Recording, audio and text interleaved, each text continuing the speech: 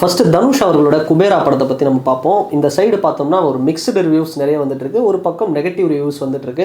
இதுக்கு காரணம் என்னென்னா, நிறைய பேர் இந்த படம் பார்த்தவங்க தனுஷ் வந்து அசுரன் மாதிரி, ஒரு கர்ணன் மாதிரி, கேப்டன் மில்லர் மாதிரி வந்து எல்லாரையும் போட்டு அடிக்கணும். ஏண்டா கொஞ்சமாவது அறிவு இருக்கா? எதுக்காக சொல்கிறேன் அப்படின்னா, ஒரு பிச்சை எடுப்பவருக்கு போல் ஒரு வேஷம் வந்து எடுத்து அவர் நடிக்கிறாரு. ஸோ அந்த இடத்துல வந்து எப்படி அவர் திருப்பி அடிக்க முடியும்? ஃபார் எக்ஸாம்பிள் ஒரு உதாரணத்துக்கு தான், பிச்சைக்காரன் படத்தில் விஜய் ஆண்டனி ஒரு 48 நாள் பிச்சைக்காரனாக வருவார்.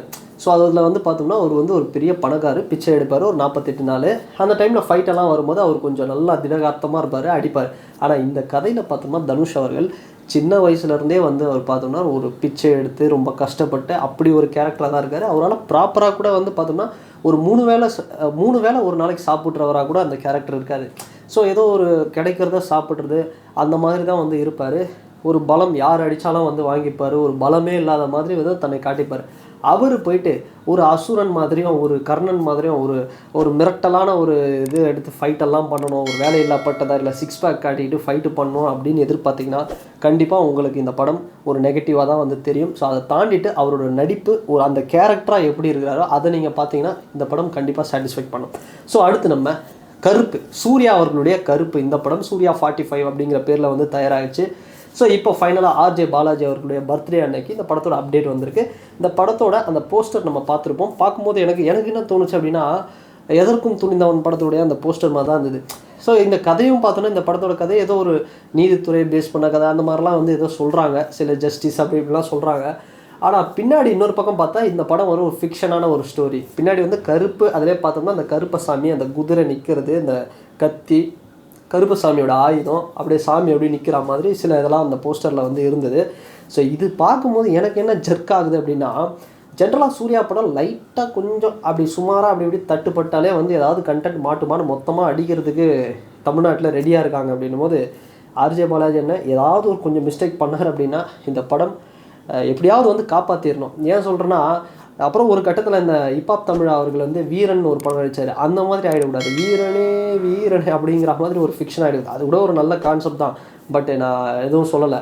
பட் இந்த படம் கொஞ்சம் ஏதாவது கொஞ்சம் சொதப்பிச்சு அப்படின்னா வேறு மாதிரி ஆகிடும். ஸோ சூர்யா அவர்கள் அப்புறம் அவர் மேலே ஒரு விமர்சனம் வரும். பெரிய ஒரு நடிகர் தான், ஆனால் டைரக்டர் செலெக்ஷன் தான் வந்து தப்பாக இருக்குது அப்படிங்கிற மாதிரி அவர் மேலே ஒரு விமர்சனம் வைக்கப்படும். ஆனால் பார்க்கலாம், ஆர்ஜே பாலாஜி அவர்கள் வந்து காப்பாற்றுவார் அப்படின்னு தான் வந்து தோணுது. ஸோ நல்லாயிருக்கு. எனக்கு தெரிஞ்ச அந்த எதற்கும் துணிந்தவனோட போஸ்டரை வந்து இன்னொரு வாட்டி பார்த்த மாதிரி ஒரு ஃபீல் இருக்குது, நல்லா இருக்குது. ஸோ செம்மையாக ஒரு வெறித்தனமான ஒரு சம்பவமாக வந்து இந்த படம் இருக்கும். ஸோ அடுத்து நம்ம பார்க்க போகிறது ஜனநாயகன் படத்தோட அப்டேட்டு. தளபதி அவருடைய பர்த்டே June 22. ஃபேன்ஸு சும்மா தெரிக்க விட்டுட்டுருக்காங்க. அந்த மாதிரி ஒரு செலிப்ரேஷன் இந்த டைமில். அந்த ஃபஸ்ட்டு ரோர் ஃப்ரம் 22/6/2025 12 AM, அதாவது ஒரு பர்த்டே அந்த 12 மணிக்கு வந்து அது வந்து வரப்போகுது அப்படிங்கிற மாதிரி போட்டிருக்காங்க. அந்த போஸ்டர் பார்க்கும்போதே சூப்பராக அந்த தளபதி வந்து அந்த மிஷின் கட்லாம் போட்டு கண்ணாடி போட்டது பார்த்தா அந்த மெர்சல் படத்தில் மெர்சல் அரசவாரான் அந்த பாட்டில் இருக்கிற மாதிரி அந்த ஒரு லுக்கில் அப்படி கையை அப்படி காமிச்சிட்டு பின்னாடி உதய சூரியன் நிறைய அந்த இப்போ பாலிட்டிக்ஸ் குறியீடுலாம் வந்து வச்சுருக்காரு. ஸோ நம்ம அதுக்குள்ளே போக தேவையில்லை. ஸோ சினிமாவாக பார்த்தோம் அப்படின்னா கண்டிப்பாக அவரோட லுக்கு அந்த காக்கி இருக்கிற மாதிரி இருக்குது. ஸோ ஒரு வெறித்தனமான ஒரு ஃபேன் பாய் சம்பவம் மாதிரி இறங்கி வினோத் பண்ணிகிட்டு இருக்கிறாரு. ஸோ துணிவு சூப்பராக பண்ணியிருந்தார். அஜித் சாருக்கு ஒரு ஆதிக்கு என்ன மாதிரியான ஒரு இது பண்ணுவாரோ ஒரு காஸ்டியூம்லேருந்து அந்த மாதிரி தான் வந்து இந்த ஜனநாயகனுக்கும் வினோத் அவர்கள் ஒன்றும் பார்த்து பண்ணிகிட்டு இருக்கிறாரு. ஸோ கீழே அந்த போஸ்டரில் அப்படியே மக்கள்லாம் நிற்கிற மாதிரி இருக்காங்க. ஸோ ஃபஸ்ட்டு ரோர் எப்படி என்ன வருது அப்படிங்கிறத அப்டேட் நம்ம வெயிட் பண்ணி பார்ப்போம். அண்ட் நெக்ஸ்ட்டு ஃபைனலி AK64 இது ஆதிக் தான் அப்படிங்கிறது கன்ஃபார்ம் ஆகிடுச்சு. ஆதிக் ரவிச்சந்திரன் அண்ணன் வேறு லெவலில் சம்பவம் பண்ண போகிறாரு, எல்லாமே ஓகே. ஆனால் இந்த படத்துக்கு ஜிவி பிரகாஷ் மியூசிக்கா இல்லை யுவன் சங்கர் ராஜா மியூசிக்கா அப்படிங்கிற ஒரு கன்ஃபியூஷன் வந்து கொண்டு வந்திருக்காங்க. அதுக்கு காரணம் ரீசெண்டாக நம்ம AK அஜித் சாரும் யுவன் சங்கர் ராஜா அவர்களும் 2 பேரும் மீட் பண்ணது தான் இதுக்கு வந்து ஒரு பெரிய காரணம். ஆனால் யுவன் அவர்கள் வந்து தெளிவாக ஒரு விஷயம் சொல்லிட்டார், நாங்கள் 2 பேர் வந்து மீட் பண்ணதில் அதிகமாக நாங்கள் காரை பற்றி தான் பேசணும் அப்படின்னு வந்து சொல்லியிருக்காரு.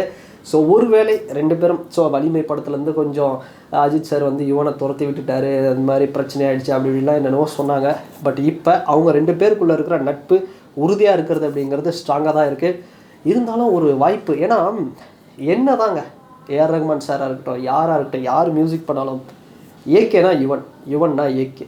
அந்த காம்போ தான். அது பில்லாவாக இருக்கட்டும், மங்காத்தாவாக இருக்கட்டும், இல்லை அவங்க காம்போவில் சுமாராக பர்ஃபார்மன்ஸ் பண்ண ஏகன் படமாக கூட இருக்கும். பிஜிஎம்லாம் வேறு லெவலில் இருக்கும், செம்மையாக இருக்கும், உண்மையாகவே வெறித்தனமாக இருக்கும் அப்படின்னு சொல்லலாம். ஸோ வலிமையில் கூட அந்த விசில் பிஜிஎம்லாம் கூட வந்து சூப்பராக தான் இருந்துச்சு. ஸோ பாட்டு கொஞ்சம் சுமாராக இருந்தாலுமே, அந்த ஓப்பனிங் சாங் சுமாராக இருந்தாலும், பட் மற்றபடி தீனாலேருந்து பில்லா, மங்காத்தா, ஒரு ஆரம்பம், இதெல்லாம் வந்து ஒரு வெறித்தனமான ஒரு ஈவெண்ட் சம்பவம், ஒரு ஃபேன் பாய் சம்பவம் அப்படி தான் சொல்லணும். ஸோ பார்க்கலாம். எனக்கு தெரிஞ்சு குட் பேட் அக்லியில் ஓகே, மியூசிக் செம்மையாக இருந்தது, எல்லாமே ஓகே. சாங்ஸ் எல்லாம் இன்னும் கொஞ்சம் பெட்டராக வந்திருந்தாங்களும் இன்னும் நல்லா இருந்திருக்கும்.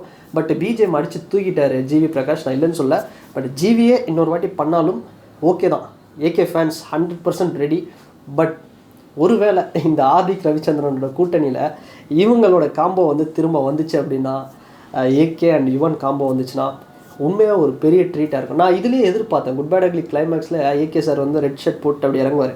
அப்போ கேங்ஸ்டர், அது பில்லாட்டூலேருந்து அந்த சாங் வரும் யுவனோட வாய்ஸில் அப்படின்னு.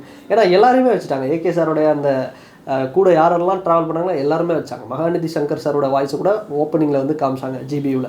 பட் இதில் அந்த கிளைமேக்ஸில் கேங்ஸ்டர் பாட்டு வரும்னு நினச்சேன்.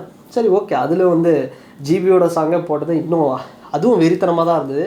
பட் மீண்டும் ஒரு முறை ஏகே யுவன் கூட்டணி வந்தால் நல்லாயிருக்கும் அப்படிங்கிறத தான் வந்து சொல்கிறேன். ஸோ வெயிட் பண்ணி பார்க்கலாம். ஸோ ஜனநாயகன் அப்டேட்டு, அப்புறம் என்ன ஆக போகுது இன்றைக்கி, ஸோ அப்படிங்கிறத நம்ம வெயிட் பண்ணி பார்ப்போம். ஸோ அண்ட் ஃபைனலி இந்த வீடியோ உங்களுக்கு பிடிச்சிருந்ததுன்னா லைக் பண்ணுங்கள், ஷேர் பண்ணுங்கள், கமெண்ட் பண்ணுங்கள், சப்ஸ்கிரைப் பண்ணுங்கள். அண்ட் உங்களுடைய கருத்துக்களை கமெண்ட் செக்ஷனில் மறக்காமல் பதிவிடுங்க. அண்ட் வேறு ஒரு வீடியோவில் வேறு ஒரு கான்டெக்ட்டில் நான் உங்களை பார்க்குறேன். பாய்.